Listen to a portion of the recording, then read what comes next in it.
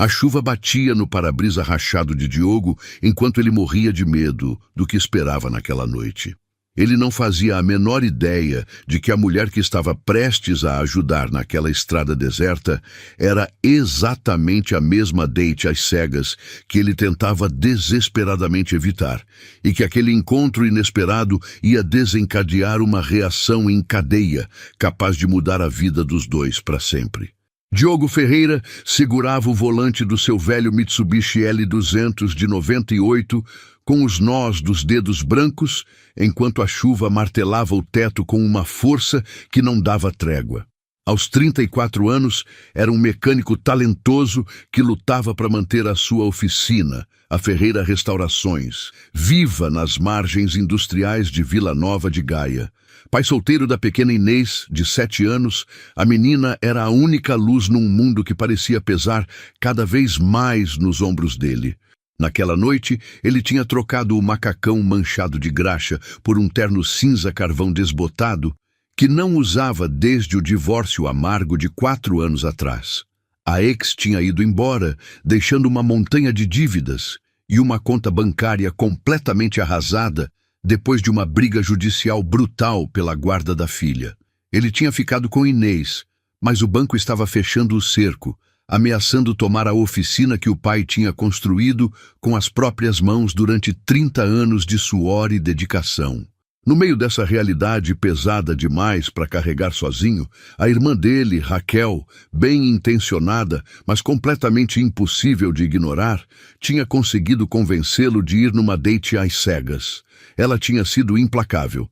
Você não pode passar o resto da vida casado com carburador, fluido de transmissão e conta para pagar, Diogo. Ela tinha falado no telefone 2 horas antes, com aquele tom que não aceitava resposta nenhuma. O nome dela é Vitória. Ela trabalha em gestão corporativa. É inteligente, é bem-sucedida e precisa muito de um cara de verdade, que não apareça de blazer de grife falando de portfólio de investimentos a noite toda. Aparece no Eleven às 7. Por favor, por mim. O Eleven. Só o nome já era suficiente para embrulhar o estômago de Diogo. Era um restaurante escandalosamente pretensioso no centro do porto, onde uma entrada custava mais do que o orçamento de mantimentos da semana inteira dele. Ele tinha 50 euros na carteira e um cartão de crédito no limite. Ficava imaginando aquele momento inevitável em que essa Vitória ia perguntar o que ele fazia da vida e ia ver o brilho nos olhos dela se apagar devagar, coberto por aquela decepção educada e finamente disfarçada que ele conhecia de cor. Enquanto isso, a 10 quilômetros dali, numa estrada sinuosa que cortava os arredores de Cascais, Vitória Harrington estava vivendo o seu próprio pesadelo particular. Aos 32 anos, Vitória era a CEO implacavelmente eficiente da Harrington Global Holdings, um conglomerado de imóveis e tecnologia avaliado em vários bilhões de euros. Ela tinha passado a tarde toda desmontando uma empresa rival numa aquisição hostil que tinha deixado os adversários, em especial um conselheiro traiçoeiro chamado Ricardo Carmona, completamente sem palavras. A aquisição da histórica Torre Pendão tinha sido finalizada. Mais um capítulo encerrado com frieza cirúrgica. Mas apesar da riqueza imensa e do poder sem contestação, Vitória se sentia completamente vazia por dentro, profundamente isolada. A sua diretora de relações públicas e confidente mais próxima, Jéssica, tinha aparecido no final da tarde com aquela proposta que ela mais detestava no mundo. Você precisa de contato com o mundo real, Vic. Jéssica tinha insistido, jogando um cartão grosso de relevo pela superfície da mesa de Mogno. Ele é um cara trabalhador, pé no chão, pai solteiro, sem agenda escondida, sem facada pelas costas, sem interesse no seu dinheiro. É um homem de verdade. Encare isso como um exercício obrigatório de saúde mental antes de você entrar em colapso de vez. Vitória odiava a ideia. Ela desprezava a vulnerabilidade e detestava imaginar a cena de sentar na frente de algum sujeito bem intencionado, mas completamente fora do seu mundo, que inevitavelmente ia ficar intimidado pelo tamanho do seu império. Numa rara rebeldia contra o seu estilo de vida sufocante e blindado, ela tinha dispensado a escolta de segurança particular e decidido dirigir sozinha até o restaurante no seu bem mais precioso. Um Jaguar E-Type 1969, verde British Racing, impecável e lindíssimo. Foi um erro espetacular. Carros clássicos, por mais bonitos que fossem, tinham temperamentos que rivalizavam com as personalidades mais exigentes que ela já tinha enfrentado numa sala de reunião. Quando ela navegava por uma curva fechada coberta de árvores, o Jaguar deu um solavanco mecânico violento. Um barulho de pancada ecoou do compartimento do motor, seguido de uma perda total e abrupta de força. O carro elegante deslizou pateticamente até parar no acostamento de cascalho, engolido pela escuridão que crescia e pela tempestade que não dava sinais de parar. Vitória bateu as duas mãos no volante de mogno polido, um palavrão pouco condizente com a sua postura escapando dos lábios. Ela pegou o celular e descobriu o sinal completamente morto naquele trecho isolado e cheio de mata fechada da estrada. Estava encalhada, usando um vestido de seda customizado de 3.000 euros da Alexander McQueen, tremendo enquanto o frio úmido penetrava pelo interior sem isolamento do carro clássico. De volta na via principal, a A1 estava completamente travada por causa de um engavetamento monumental mais à frente. Diogo olhou para o relógio rachado do painel. 6h15 da tarde.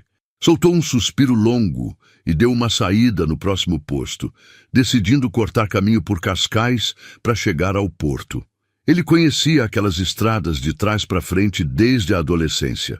Era um desvio arriscado e cheio de curvas, mas era a única chance real de chegar ao Eleven antes das 7.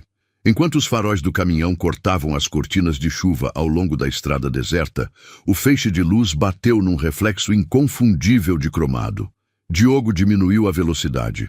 Ali, ligeiramente torto no acostamento estreito, estava a silhueta alongada e elegante de um Jaguar E-Type.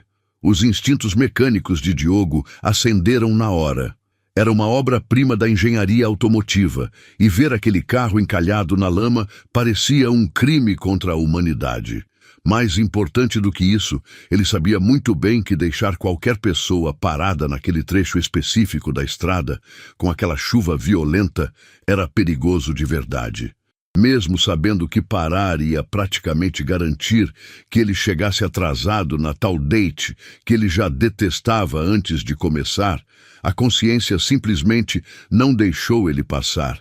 Ele encostou o caminhão, os pneus pesados crocando alto no cascalho, e acionou o pisca-alerta. Vitória se assustou com a iluminação repentina e intensa inundando o espelho retrovisor. O coração disparou num ritmo frenético contra as costelas. Anos de briefings de segurança de alto nível tinham condicionado ela a encarar cada encontro inesperado como uma ameaça em potencial.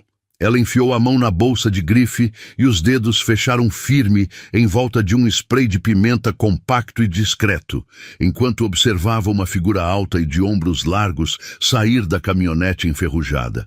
O cara puxou a gola do paletó contra a chuva que caía sem parar e correu até a janela dela.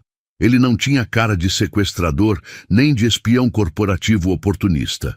Tinha cara de alguém exasperado, completamente encharcado e estranhamente firme num terno que já tinha visto dias melhores. Diogo bateu de leve no vidro. "Tá tudo bem aí dentro", ele gritou, a voz mal passando pelo uivo do vento. Vitória hesitou com a mão ainda no spray. Depois baixou o vidro 2 centímetros. O cheiro forte de asfalto molhado e mato entrou pela fresta da janela. "Estou perfeitamente bem", ela mentiu de forma automática, o tom gélido e profundamente autoritário. "Minha equipe de segurança já está a caminho." Diogo ergueu uma sobrancelha cética, a água escorrendo pelo cabelo escuro até a ponta do nariz. Ele olhou para o painel completamente apagado, sem nenhum visor aceso. Depois voltou o olhar para ela. "Certo. Bom, a não ser que a sua equipe de segurança seja um guincho capaz de dobrar as leis do espaço e do tempo, você vai esperar bastante. A rodovia principal está travada por quilômetros. Abre o capô. Como assim? Ela disse, se arrepiando. Ela era uma bilionária que controlava salas de reunião com um único olhar. Não estava acostumada a receber ordens diretas de ninguém, muito menos de um estranho encharcado parado na chuva. O capô, Diogo repetiu, a voz paciente, mas carregando uma autoridade própria que não tinha nada de arrogante. É um E-Type 69.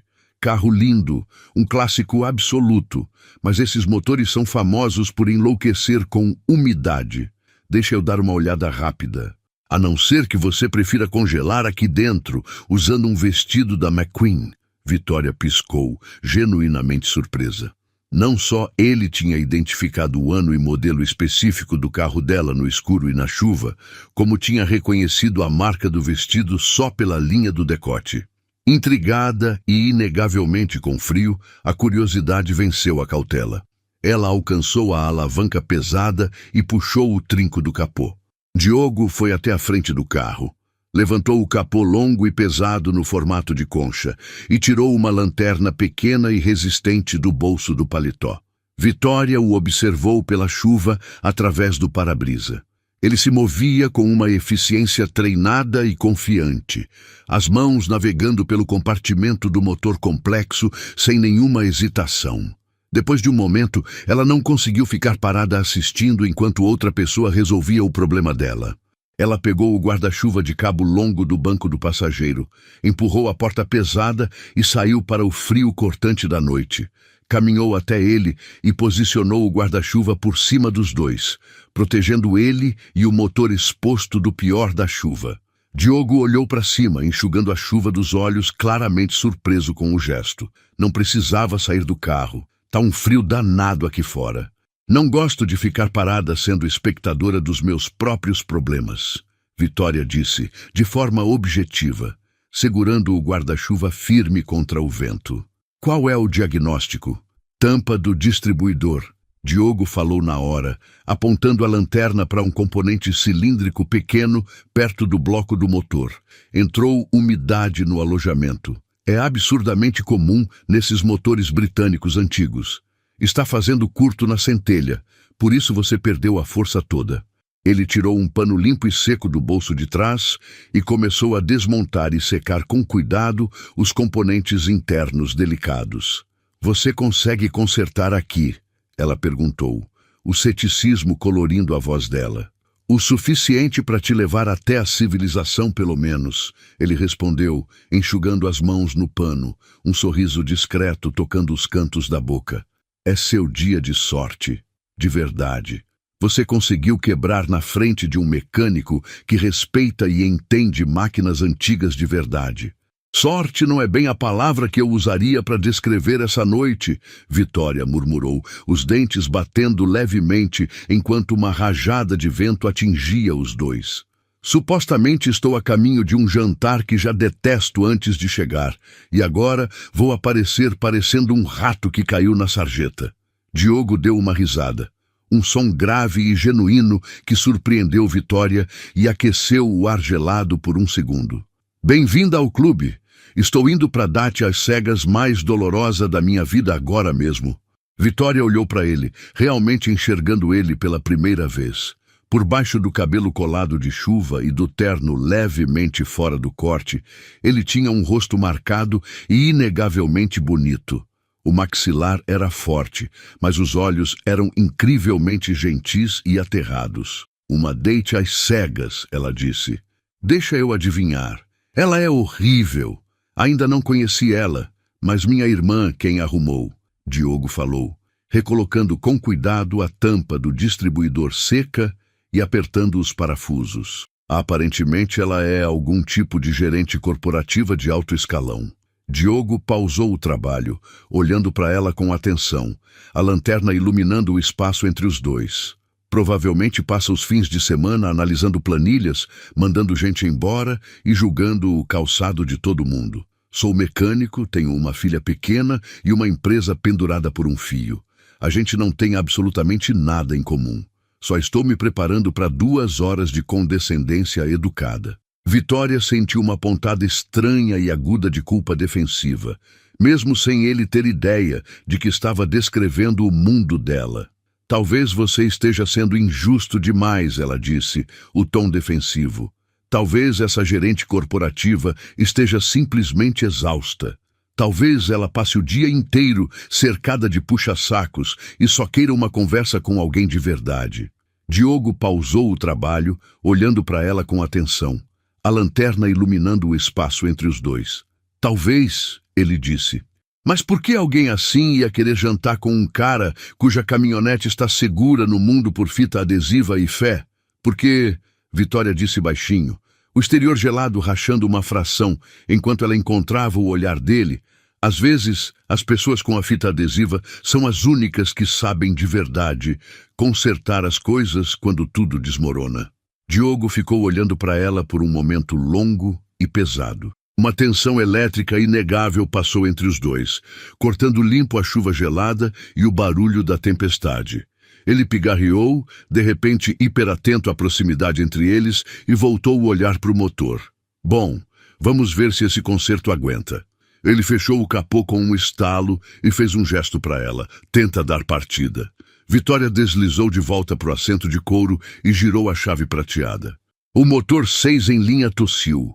Engasgou por um segundo aterrorizante e então rugiu para a vida, se assentando num marulho grave, potente e liso. Uma onda enorme de alívio a lavou por inteiro. Ela saiu do carro de novo, tirando do bolso do casaco um lenço de seda monogramado. Ela ofereceu para ele, para as suas mãos. Obrigado, de verdade. Teria ficado aqui a noite toda. Diogo olhou para o tecido fino e caro. Depois olhou para as próprias mãos cobertas de graxa e rugosas de trabalho. Vou acabar com ele. Encaro como baixa de guerra, ela insistiu, dando um passo à frente e pressionando o lenço na palma dele. Os dedos dela roçaram os dele por um segundo. Sou Vitória. Os amigos me chamam de Vivi. Diogo, ele respondeu, aceitando o pano, os dedos tocando os dela por um instante. Diogo Ferreira. Vai com cuidado, Vivi. Entra nas curvas devagar. A pista está muito escorregadia. Boa sorte com a sua terrível gerente corporativa, Dave, ela disse, um sorriso pequeno e genuíno brincando nos cantos da boca. O primeiro sorriso de verdade que ela tinha tido em semanas. Boa sorte com o seu jantar horrível, ele respondeu, virando de volta para a caminhonete. Eles foram embora em direções opostas, o L200 enferrujado e o Jaguar Vintage desaparecendo na noite de tempestade. Nenhum dos dois percebendo que a conexão honesta e breve que tinham acabado de ter na beira de uma estrada deserta era exatamente com a pessoa que os dois mais temiam encontrar. Por dentro do Eleven, a atmosfera era sufocantemente opulenta. Cortinas de veludo carmesim pesadas abafavam o barulho da tempestade lá fora, substituindo a chuva pelo murmúrio suave de um quarteto de cordas ao vivo. Lustres de cristal derramavam uma luz dourada quente sobre mesas cobertas de linho branco impecável, iluminando a elite portuense enquanto jantavam sobre iguarias com trufas. Diogo sentiu o peso incômodo e agudo daquele ambiente no segundo em que cruzou a entrada. O terno cinza carvão que tinha parecido perfeitamente aceitável diante do espelho fosco do banheiro, agora parecia gritantemente barato. O tecido era rígido e completamente fora de moda, comparado aos ternos sob medida de Hermenegildo Zegna e Hugo Boss, que rodeavam ele por todos os lados. Ele passou a mão sem pensar por uma gota de chuva que teimava no lapelo e se aproximou do maître. Reserva no nome Harrington, Diogo murmurou, a voz travada. O maître, um homem de terno impecável com uma plaquinha que dizia Cláudio, passou um olhar lento e calculado pelo cabelo levemente úmido de Diogo e pelas unhas com um vestígio impossível de tirar de graxa. Um lampejo de desdém finu atravessou as feições perfeitamente compostas dele. Ah, sim, a mesa da senhorita Harrington. Por aqui, por favor. Diogo foi guiado até uma cabine semicircular isolada perto dos fundos, com vista para o vidro enorme que dava para o Douro lá embaixo, reluzente de chuva e luz refletida. Ele se acomodou no couro estofado, sentindo exatamente como um intruso. Quando o sommelier apareceu oferecendo uma carta de vinhos mais grossa que uma lista telefônica, Diogo recusou educadamente e pediu uma água da torneira. Verificou a tela rachada do celular. 7h15. Torcia para essa Vitória simplesmente não aparecer, para que ele pudesse ir para casa, esquentar uma macarronada com queijo para Inês e apagar aquela noite humilhante da memória. 10 minutos depois, uma mudança sutil aconteceu perto da entrada. O murmúrio de fundo do salão baixou alguns decibéis e até o quarteto de cordas pareceu afinar o tom uma fração. Vitória Harrington tinha chegado. Ela tinha conseguido secar o cabelo com o ar quente da ventilação do carro durante o trajeto, e embora a barra do vestido da McQueen estivesse levemente úmida, ela carregava o corpo com a presença inegável e arrasadora de uma mulher que era dona de todos os ambientes por onde passava. Cláudio, o maître que tinha tratado Diogo com condescendência mal disfarçada minutos antes, praticamente saiu voando do seu posto para recebê-la, a postura transformada numa aula magistral de servilismo. Senhorita Harrington, uma honra enorme tê-la conosco esta noite. O seu convidado já chegou. Pode me acompanhar, por favor. Cláudio exalou, tomando o casaco molhado dela com toda a delicadeza do mundo. Vitória deu um aceno tenso e educado, o estômago se enrolando numa série de nós complicados. Tinha passado o resto do trajeto de carro montando mentalmente uma estratégia de saída educada e definitiva.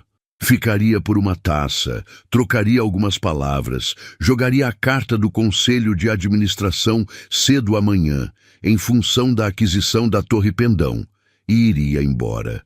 Ela seguiu Cláudio pelo labirinto de mesas.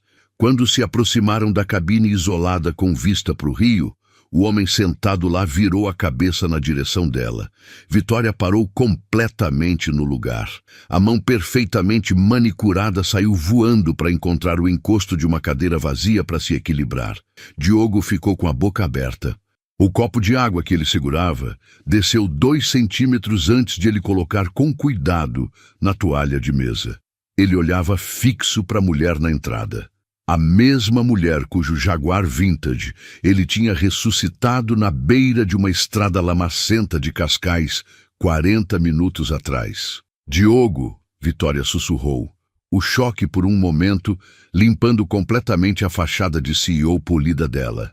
Vivi, Diogo respondeu, a voz uma mistura de descrença absoluta e diversão crescente e inegável.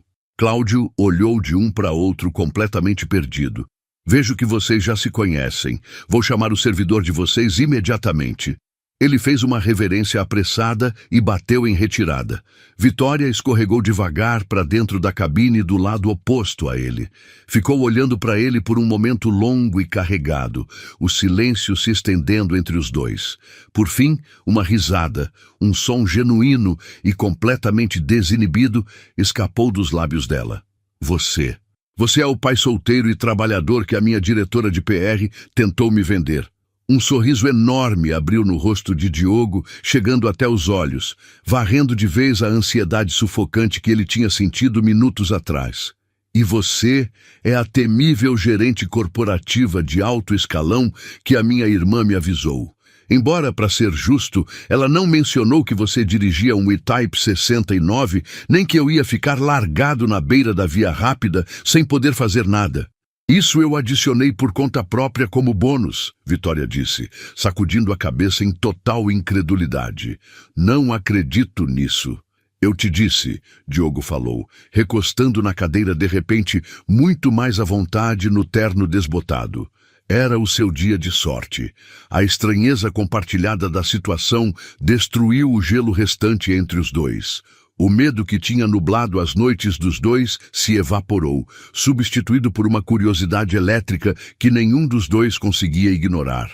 Então, Diogo disse, juntando os dedos na mesa, Vivi, o que exatamente uma gerente corporativa faz que paga por um vestido de 3.000 euros da McQueen e um Jaguar clássico?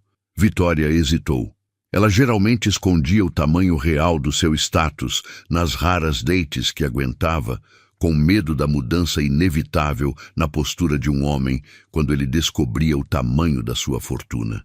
Mas olhando para Diogo, um homem que tinha ficado parado na chuva gelada para consertar o carro dela sem pedir nada em troca, um homem que claramente não se importava com a atmosfera pretensiosa do Eleven, ela sentiu um impulso estranho e incomum de simplesmente ser honesta. Não sou exatamente gerente, Dave, ela disse baixinho. Meu nome completo é Victoria Harrington. Sou a CEO da Harrington Global Holdings. Diogo piscou. Ele não era do mundo corporativo, mas não dava para viver em Lisboa sem conhecer o nome Harrington. Eles eram donos de boa parte da linha do horizonte da cidade. Eram a mão invisível por trás de grandes integrações tecnológicas e desenvolvimentos imobiliários por todo o país. Ele soltou um assobio baixo. CEO bilionária. Tá bom então. Imagino que explica o maître te tratando como visita de realeza. Isso te incomoda? Victoria perguntou, a voz estranhamente vulnerável por um segundo, se preparando para aquele olhar familiar de intimidação ou ganância que já tinha visto nos olhos de tantos homens. Diogo olhou para ela com cuidado. Honestamente, isso me deixa retroativamente apavorado que eu não apertei os parafusos da tampa do distribuidor o suficiente. Se aquele Jaguar quebrar de novo, tenho quase certeza que os seus advogados vão tomar a minha oficina. Victoria deu uma risada aberta e surpresa. Prometo que a minha equipe jurídica tem ordens estritas de não processar mecânicos que me salvaram na chuva. O garçom chegou trazendo 2 menus que pareciam grimórios medievais, encadernados em couro escuro. Quando Diogo abriu o dele, o sangue drenou do rosto. Um simples filé estava listado por 180 euros. Uma guarnição de aspargos custava 40. Ele engoliu em seco, a dura realidade da diferença entre os mundos dos dois batendo nele como uma porta de garagem. Victoria, com os instintos hiperativos de quem era uma negociadora letal em qualquer sala de reunião do mundo, percebeu na hora o tensionamento sutil no maxilar dele e o leve arregalamento dos olhos. Ela entendeu imediatamente o que estava acontecendo. Antes que o garçom conseguisse nem levantar o bloco de anotações, Victoria fechou o menu com elegância. Antoine, ela disse, usando a voz de sala de reunião sem perder uma vírgula, o Sr. Ferreira e eu temos um assunto urgente para tratar em outro lugar esta noite. Não vamos jantar aqui. Uma taça do Barca Velha 89 para a mesa, por favor. Coloca na minha conta habitual. Diogo olhou para ela completamente sem palavras. Vivi, você não precisa. Eu sei que não preciso, ela interrompeu gentilmente, se inclinando sobre a mesa quando o garçom saiu. Mas eu detesto esse restaurante. A comida é pretensiosa, as porções são microscópicas e metade das pessoas aqui dentro estão ativamente tramando contra a outra metade. Eu só concordei em vir porque era uma zona neutra e suficientemente pública.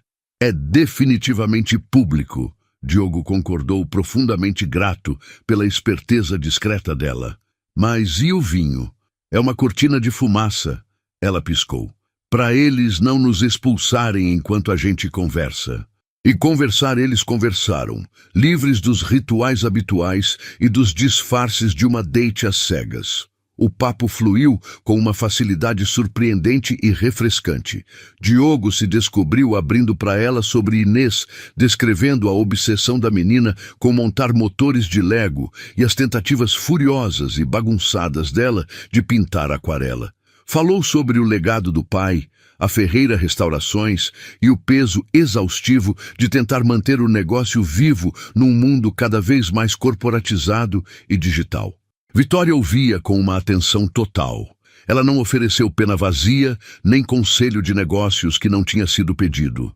Simplesmente ouviu, os olhos presos nos dele, profundamente tocada pela resiliência tranquila dele e pelo amor feroz e cansado que ele tinha pela filha.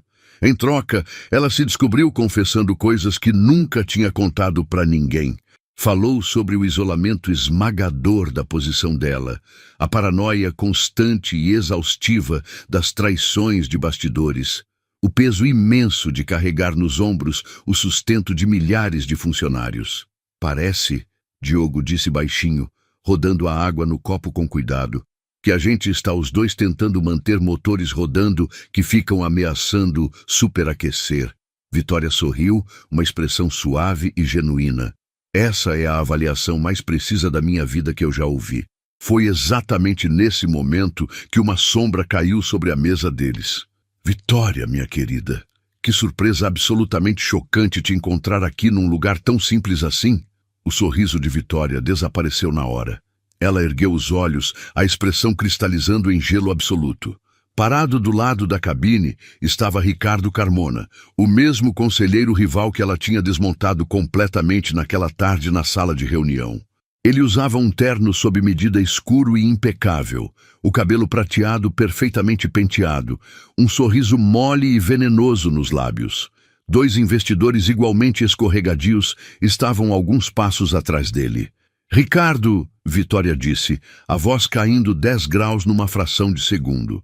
Vejo que você ainda não engasgou com a própria amargura hoje. É um milagre à parte. Ricardo soltou uma risadinha completamente desprovida de calor. Ele virou o olhar para o Diogo, os olhos varrendo o terno cinza carvão com um desdém teatral e calculado. E quem é esse? Certamente não é uma nova aquisição, Vitória. Ele parece um pouco depreciado. Não me diga que a Harrington Global abriu uma divisão de caridade para desempregados da cidade. As mãos de Vitória fecharam em punhos firmes debaixo da mesa. O impulso violento de jogar o copo d'água na cara de Ricardo era quase incontrolável. Ricardo, você vai deixar essa mesa agora antes que eu garanta que tá tudo bem, Vivi. Diogo interrompeu com calma, a voz tranquila e uniforme. Ele não recuou nem 1 milímetro sob o olhar depreciativo de Ricardo. Pelo contrário, recostou na cadeira com uma tranquilidade total, os olhos avaliando o bilionário rival, com uma leitura fria e precisa. O olhar de Diogo pousou no Rolex Daytona reluzente no pulso de Ricardo. Bonito relógio, Diogo disse de forma casual. Embora se você vai usar um Daytona, você deveria dar uma revisão na mola principal. O ponteiro dos segundos está atrasando 1/4 de batida. Geralmente significa que a lubrificação interna secou. Acontece quando alguém compra uma máquina cara, só para aparecer, em vez de realmente cuidar dela. O sorriso satisfeito de Ricardo vacilou. O rosto dele ficou vermelho num tom violento, enquanto instintivamente cobria o relógio com a outra mão. Como assim? Só estou dizendo, Diogo continuou, a voz calma, firme e devastadora na sua simplicidade absoluta, que dá para colocar um chassi enferrujado dentro de um trabalho de pintura de 10.000 euros, mas qualquer um que realmente entenda o que está olhando ainda consegue ouvir o motor batendo. Boa noite, Ricardo. Os dois investidores atrás de Ricardo sufocaram um acesso de tosse, desviando o olhar para outro lado, visivelmente sem saber o que fazer com o constrangimento. Ricardo, completamente humilhado e sem nenhum repertório para rebater alguém que não jogava pelas regras do mundo dele, cravou um olhar enraivecido em Diogo. Aproveitem o jantar beneficente, ele jogou antes de virar nos calcanhares e sumir pelo salão. Vitória ficou olhando para Diogo completamente pasma.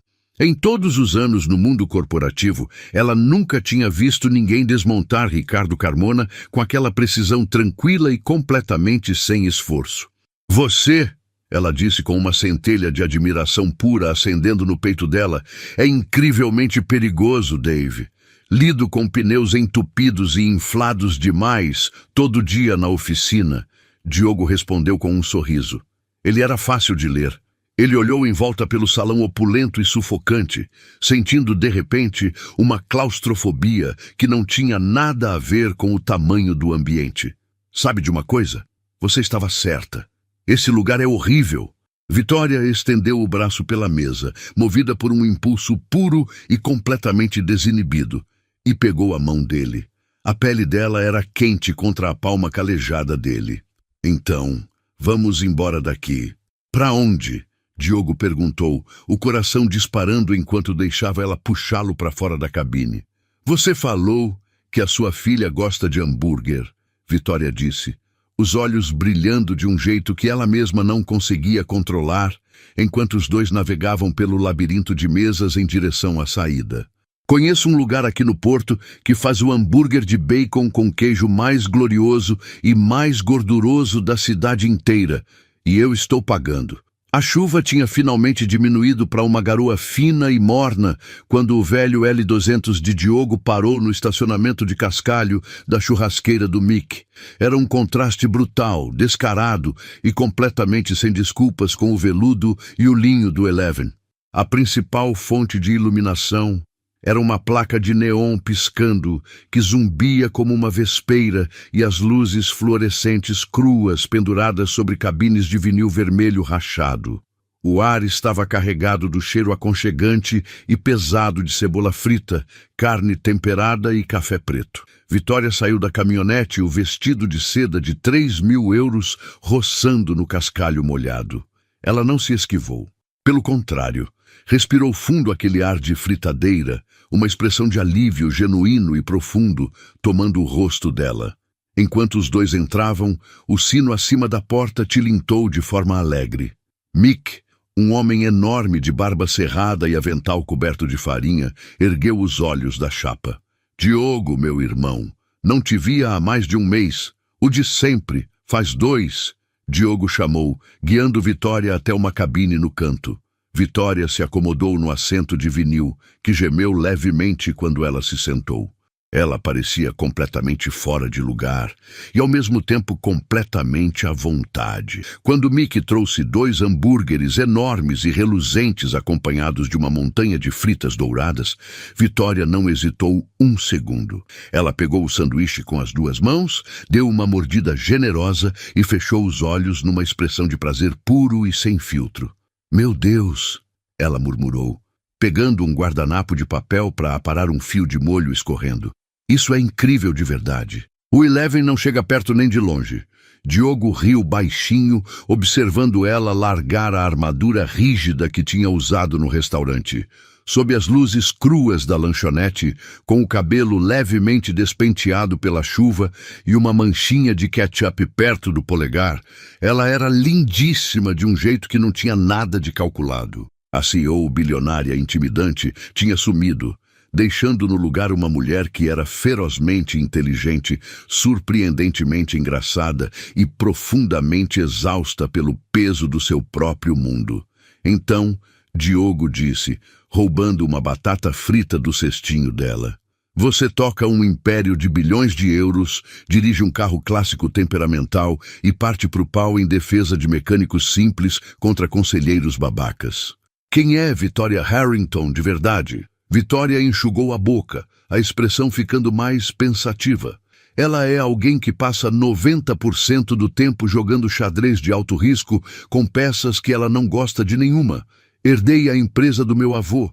Ele me ensinou a ser implacável, a construir muros e a nunca demonstrar fraqueza. Mas ultimamente ela pausou, baixando o olhar para as próprias mãos. Ultimamente os muros parecem mais uma prisão do que uma proteção. Estou cansada de tudo ser transacional.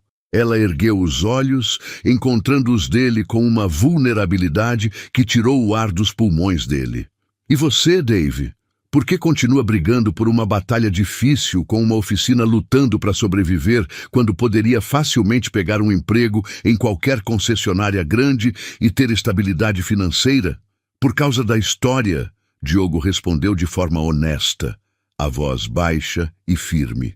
Meu pai construiu a Ferreira Restaurações do zero com as próprias mãos. Ele me ensinou que quando algo está quebrado, você não simplesmente joga fora.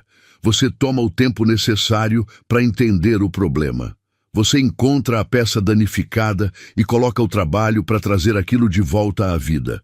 Tem alma nessas máquinas antigas. Quero mostrar para Inês que algumas coisas valem a pena lutar, mesmo quando as fichas estão todas contra a gente. Vitória estendeu os dedos pela mesa de fórmica gasta e roçou os dedos nos dele. O contato físico mandou um choque elétrico direto para o peito dele.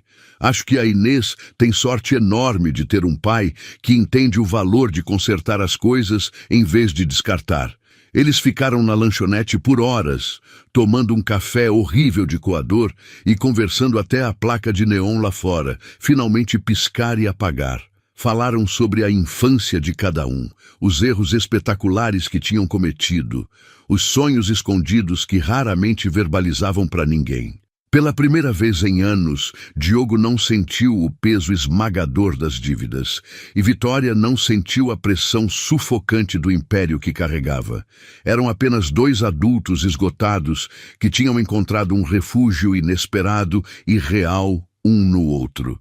Quando Diogo finalmente parou o carro na frente do portão eletrônico do condomínio deslumbrante dela, com vista para o Tejo, o céu da madrugada já começava a pintar o horizonte em tons de roxo machucado e ouro. Vitória ficou parada no portal iluminado, os braços cruzados contra o frio da manhã que chegava. Obrigada, Dave, por consertar o meu carro, por me salvar do Eleven, pelo hambúrguer. Obrigada de verdade. Qualquer hora, Vivi, Diogo disse baixinho, inclinado pela janela aberta da caminhonete. E olha, se o Jaguar resolver aprontar de novo, você sabe onde me encontrar. Sei sim, ela sorriu, uma promessa nos olhos. Realmente sei. 3 dias depois, a realidade tinha caído de volta em cima de Diogo com a força de um guincho de 30 toneladas. Ele estava parado na baia mal iluminada da Ferreira Restaurações, olhando fixo para uma notificação final de execução hipotecária que o banco tinha mandado. As mãos dele, cobertas de uma camada nova de óleo de motor, tremiam levemente. Ele tinha exatamente 2 semanas para arranjar 40 mil euros, ou ia perder a oficina, o legado do pai e o seu único meio de sustentar Inês. Inês, completamente alheia ao desastre se aproximando, estava sentada num banquinho robusto perto da bancada de trabalho, cantarolando alegremente enquanto encaixava as peças de uma nave espacial de Lego extremamente complexa. Diogo esfregou os olhos cansados, batendo de frente com a maré crescente de pânico na garganta. Não tinha notícias de Vitória desde que a tinha deixado em casa. Dizia para si mesmo que era o melhor assim. Histórias de Cinderela não aconteciam com caras que cheiravam a WD-40 e penetra. Ela tinha voltado para a torre de marfim dela e ele estava afundando no seu poço de graxa. De repente, um ronco grave e familiar ecoou pelas paredes de tijolo da garagem. Diogo se virou, o coração pulando para a garganta. Entrando no pátio iluminado pelo sol da tarde, estava o Jaguar E-Type verde British Racing impecável. O motor cortou e a porta pesada abriu. Vitória saiu, mas não estava usando vestido de seda de grife nem terno de sala de reunião. Estava de calça jeans bem cortada, camiseta branca simples e uma jaqueta de couro surrada que parecia ter história. Ela estava radiante, poderosa e completamente à vontade no ambiente carrancudo do parque industrial. Ela entrou na garagem, os saltos batendo com propósito no chão de concreto. Avistou Inês na hora e sorriu, agachando até a altura da menina. Essa nave é muito impressionante. São os propulsores de hiperdrive novos? Inês iluminou, levantando a construção colorida de plástico. São sim. Meu pai disse que se você não montar o motor certo, a nave inteira desmorona. O seu pai é um cara muito inteligente, Vitória disse, se levantando e virando o olhar para Diogo. Os olhos dela carregavam uma mistura de determinação feroz e afeto gentil que ele não conseguia processar direito. Diogo enxugou as mãos no pano, dando um passo à frente, a cabeça ainda tentando processar. O que você está fazendo aqui, Vivi? Vitória enfiou a mão na bolsa de couro e tirou uma pasta jurídica grossa do tamanho de envelope, jogando sobre a bancada de trabalho, bem do lado da notificação de execução do banco. Tenho um problema enorme, Dave, ela disse, o tom mudando para uma cadência profissional, mas com um toque de brincadeira que ele reconheceu da lanchonete. A Harrington Global tem uma frota executiva de mais de 50 veículos, fora a minha coleção pessoal de 12 carros esportivos europeus clássicos. Nos últimos 2 anos, a manutenção corporativa estava sendo feita por uma concessionária enorme que cobra o dobro, entrega metade e não sabe a diferença entre uma tampa de distribuidor e um porta-copos. Diogo encarou a pasta, a respiração prendendo no peito. O que é isso? Isso, Vitória disse, batendo na pasta com 2 dedos. É um contrato exclusivo de manutenção de frota e restauração por 3 anos.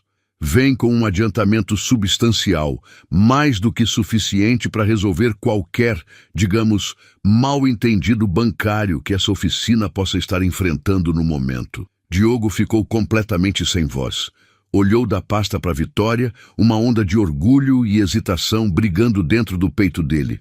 Vivi, não posso aceitar uma esmola. Não vou. Isso não é esmola de jeito nenhum. Vitória rebateu com firmeza, dando um passo à frente e invadindo o espaço pessoal dele da melhor forma possível. Sou uma empresária, Diogo. Não faço investimento ruim. Vi com meus próprios olhos como você lidou com o meu Jaguar no meio de um temporal. Vi você diagnosticar uma falha mecânica só pelo som. Você é um mestre no que faz. Preciso do melhor e você é o melhor. Isso é uma aquisição corporativa dos seus serviços de forma mutuamente benéfica para ambos os lados. Ela pausou, a máscara profissional se desfazendo e deixando a mulher da lanchonete aparecer de novo. Ela alcançou e fechou as mãos limpas com suavidade em volta dos dedos sujos de óleo dele. Além disso, ela sussurrou, os olhos buscando os dele. Eu precisava muito de uma desculpa para te ver de novo, e calculei que você não ia aceitar um convite de volta pro Eleven. Um sorriso imenso e lento abriu no rosto de Diogo, varrendo completamente as sombras de estresse que tinham morado lá a manhã inteira. Ele olhou para as mãos entrelaçadas dos dois, o contraste entre os mundos deles se dissolvendo em algo bonito e real. Você está certa? Ele murmurou, dando um passo à frente até poder sentir o perfume caro misturado com o cheiro metálico da oficina. Odeio aquele restaurante, mas conheço um lugar ótimo que serve um café horrível de coador. É um date, então, Vitória sorriu, se inclinando levemente na direção dele. Quando os lábios deles finalmente se encontraram na garagem empoeirada e cheia de sol, cercados de motores pela metade e pelo ronronar esperançoso de uma menina brincando com blocos de Lego, Diogo soube com certeza absoluta de uma coisa. Às vezes, as coisas mais bonitas da vida não eram aquelas que chegavam perfeitamente montadas de fábrica. Eram as que você encontrava paradas no escuro.